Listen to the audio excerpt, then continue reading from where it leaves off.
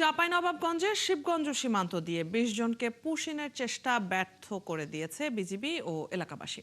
দুপুরে তাদের ফিরিয়ে নিয়েছে বিএসএফ। এদিকে মেহেরপুর ও কুড়িগ্রাম সীমান্তের শূন্যরেখায় থাকা বাংলাভাষীদের এখন আর দেখা যাচ্ছে না। কুমিল্লার ১০৬ কিলোমিটার দীর্ঘ সীমান্তে টহল বাড়িয়েছে বিজিবি। সহকর্মীদের তথ্য ও ছবিতে প্রতিবেদন।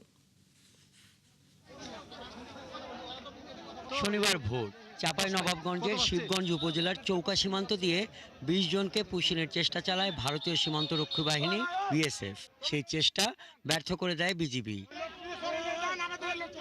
৫৯ বিজিবি ব্যাটালিয়নের অধিনায়ক লেফটেন্যান্ট কর্নেল তাজুল ইসলাম চৌধুরী জানান, ৫ জন পুরুষ, ১১ জন নারী ও ৪ শিশুকে পুশিনের চেষ্টা করা হয়। টহল দল গ্রামবাসীর সহায়তায় পুশিনের চেষ্টা প্রতিরোধ করে।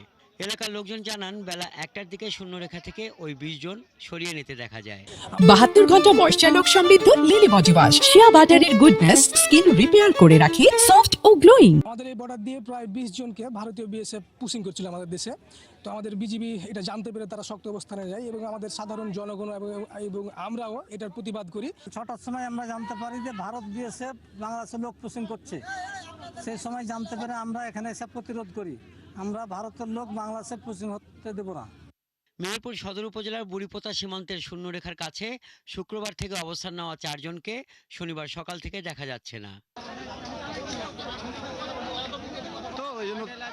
কুড়িগ্রামের রৌমারী সীমান্তে ৬ দিন ধরে অবস্থান নেওয়া বেলাল হোসেন ও সুমি আক্তার দম্পতি এবং তাদের ২ সন্তানকেও এখন দেখা যাচ্ছে না।